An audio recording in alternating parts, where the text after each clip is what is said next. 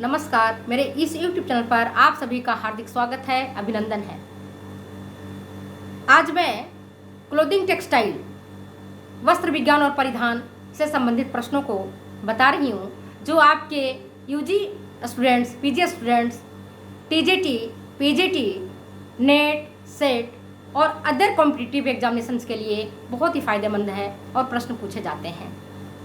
तो देखिए प्रश्न कौन सा है। पहला प्रश्न है, क्यूप्रामोनियम विधि से सबसे पहले रेयॉन का निर्माण किसने किया था। प्रश्न क्या है, प्रश्न को ध्यान से सुनिए।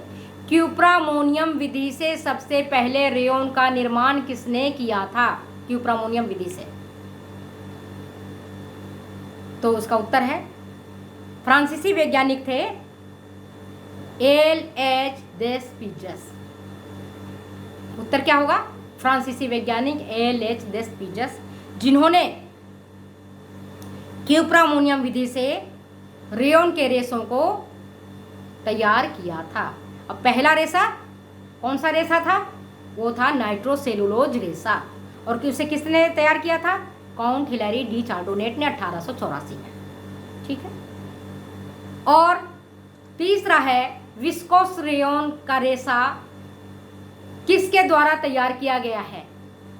विस्कोस रेयॉन का रेशा मतलब विस्कोस विधि से, तो विस्कोस विधि से रेयॉन का रेशा जो तैयार किया है वो है क्रॉस, वीवन और पीडल। ये इंग्लैंड के थे। 1892 ईस्वी में इस रेशे को तैयार किया गया है।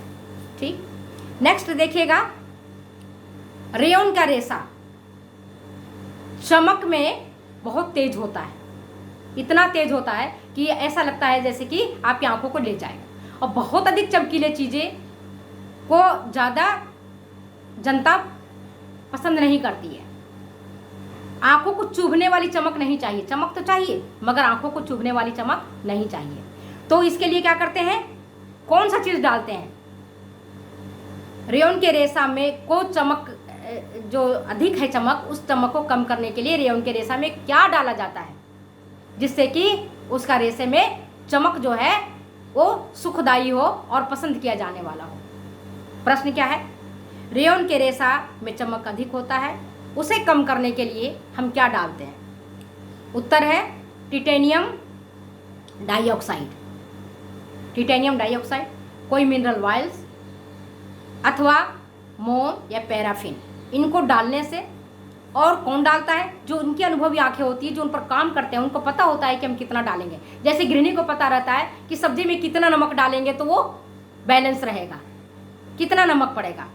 ठीक उसी प्रकार से जो रेयॉन का रेशा तैयार करते हैं, तो उनके कोलोइडल सॉल्यूशन में, जैसा भी मैंने अभी आपको बताया, कोलोइडल सॉल्यूशन में ही टिटेनियम डाइऑक्साइड को डाल देते हैं, जिससे कि उसका जो चमक है वह लुभावना हो जाता है, सुंदर हो जाता है और आंखों को चुभने वाला नहीं रहता है। नेक्स्ट है, प्राकृतिक रेशों में कौन सा रेशा सबसे कमजोर रेशा है।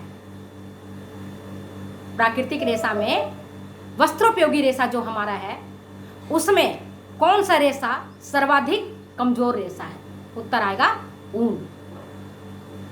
ऊन का रेशा सबसे कमजोर रेशा होता है प्राकृतिक रेशों में। और वहीं आपका इसकी प्रत्यास्थता, ऊन की रेशों की प्रत्यास्थता सबसे अधिक होती है। प्रत्यास्थता मतलब जब किसी चीज को आप खींचते हो तो खींचने के बाद वो फैल जाता है, और फैलने के बाद पुनः वो अपनी वास्तविक अवस्था में पहुंच जाता है, इसको हम कहते हैं प्रत्यास्थता। तो उन्हीं के रेशों में इलास्टिसिटी का अद्भुत और अनोखा गुण छिपा हुआ रहता है, तो इसकी प्रतिस्कंदता और प्रत्यास्थता भी बहुत अधिक होती है। तीसरा प्रश्न है कि उन्हीं के रेशों में स्केल पाए जाते हैं, सल्क पाए जाते हैं, और उनमें हर एक जो सल्क होता है उनमें क्या होता है, सेरेशंस होते हैं, दांत होते हैं। दांत जैसे दांत उखड़ खाबड़ होता है ना, उसी तरह से इनमें सेरेशंस पाए जाते हैं। तो जो उच्च प्रकार का, उच्च कोटि का ऊन होता है, उनमें सल्कों की संख्या ज्यादा होती है, कम होती है। जो बेस्ट क्वालिटी का ऊन होता है प्रश्न सुनिए, बेस्ट क्वालिटी के ऊन में सल्कों की संख्या कम होती है या ज्यादा?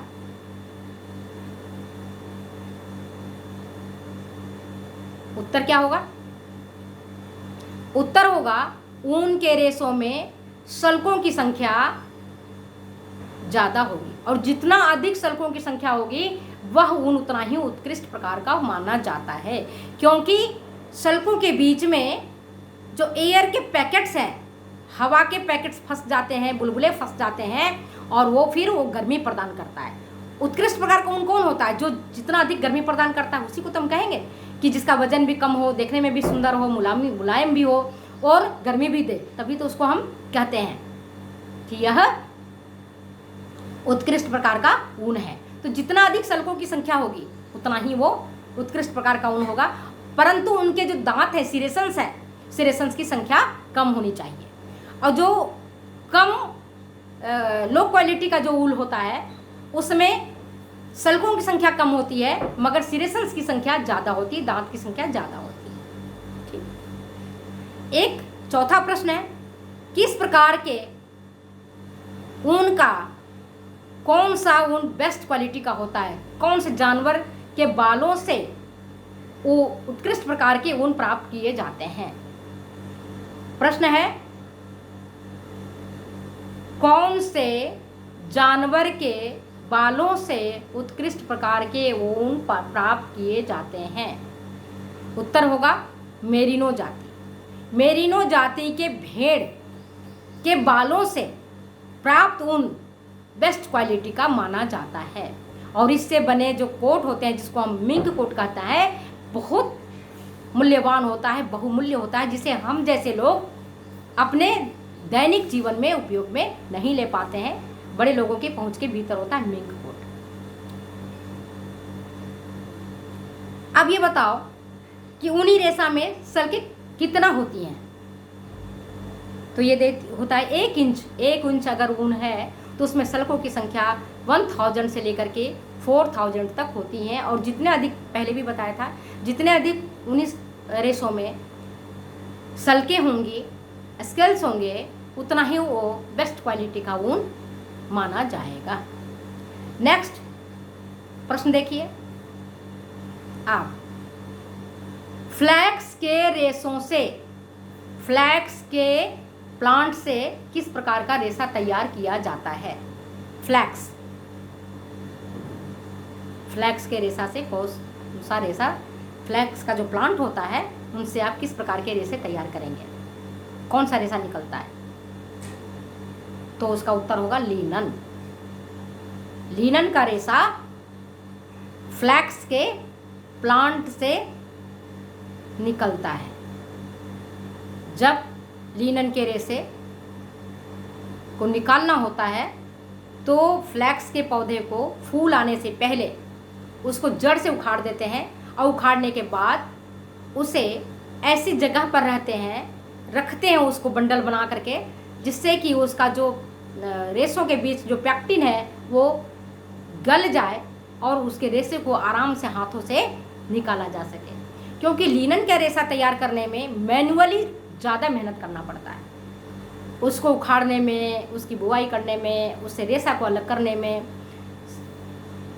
ज़्यादा मेहनत करना पड़ता है, ज़्यादा मजदूरी खर्च करना पड़ता है, तो महंगा भी होता है रेशम का, ये जो आपको बता रहे हैं लिनन का रेशा। तो आपने आज 5 प्रश्नों का उत्तर जान लिया। लिनन के रेशे से ज़्यादा जो वस्त्र ज़्यादा उपयोग में क्यों नहीं लिए जाते हैं? लिनन से बने वस्त्र ज़्यादा उपयोग में क्यों नहीं लिए जाते हैं? क्यों नहीं इनसे ज़्यादा मात्रा में वस्त्रों का निर्माण होता है? इन प्रश्नों को मैं अनुत्तरित छोड़ती हूँ। नेक्स्ट वीडियो में जब हम मिलेंगे तो इन प्रश्नों को, तब तक आप उत्तर ढूंढ लीजिएगा और मैं भी आपको बता दूंगी। तब तक के लिए जाने की इजाज़त दीजिए। फिर मिलते हैं अगले वीडियो में अगले क्वेश्चंस के साथ। नमस्कार। अगर ये वीडियो आपको अच्छी लगती है तो प्लीज़ शेयर करें, कमेंट करें, सब्सक्राइब करें। Thank you.